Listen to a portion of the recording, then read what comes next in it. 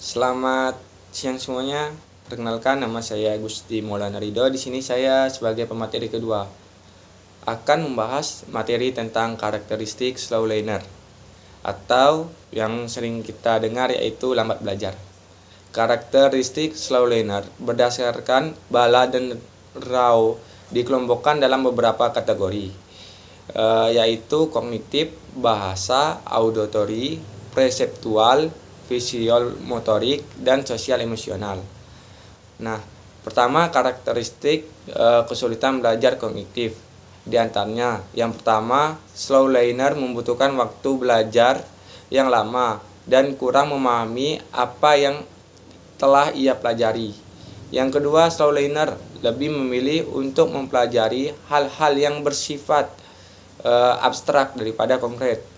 Yang ketiga, mereka selalu menginginkan pembelajaran yang bersifat langsung yang diberikan oleh guru karena tidak membutuhkan banyak keterampilan. Dan yang keempat, pada umumnya slow learner berprestasi rendah. Lanjut ke karakteristik yang kedua. Masalah berkaitan dengan bahasa. Di antaranya, yang pertama, siswa bermasalah pada ekspresi verbalnya. Yang kedua, membaca dengan bersuara lebih keras daripada membaca dalam hati. Yang ketiga, slow learner mengalami permasalahan artikulasi. Ketiga, karakteristik masalah auditory, perseptual. Nah, di sini ada beberapa yang diliputi. Yang pertama, ketika dikte, slow learner mengalami kesulitan dalam penulisannya. Entah itu lupa menulis hingga kata yang mengalami hendak yang ditulisnya menjadi kurang lengkap. Yang kedua, slow learner gagal memahami perintah bersifat verbal. Seringkali mereka tidak menyukai materi yang disajikan secara visual daripada disajikan oral. Yang keempat, mereka diberikan pertanyaan yang bersifat verbal. Tidak jarang mereka menjawab dengan jawaban yang tidak sesuai dengan pertanyaan.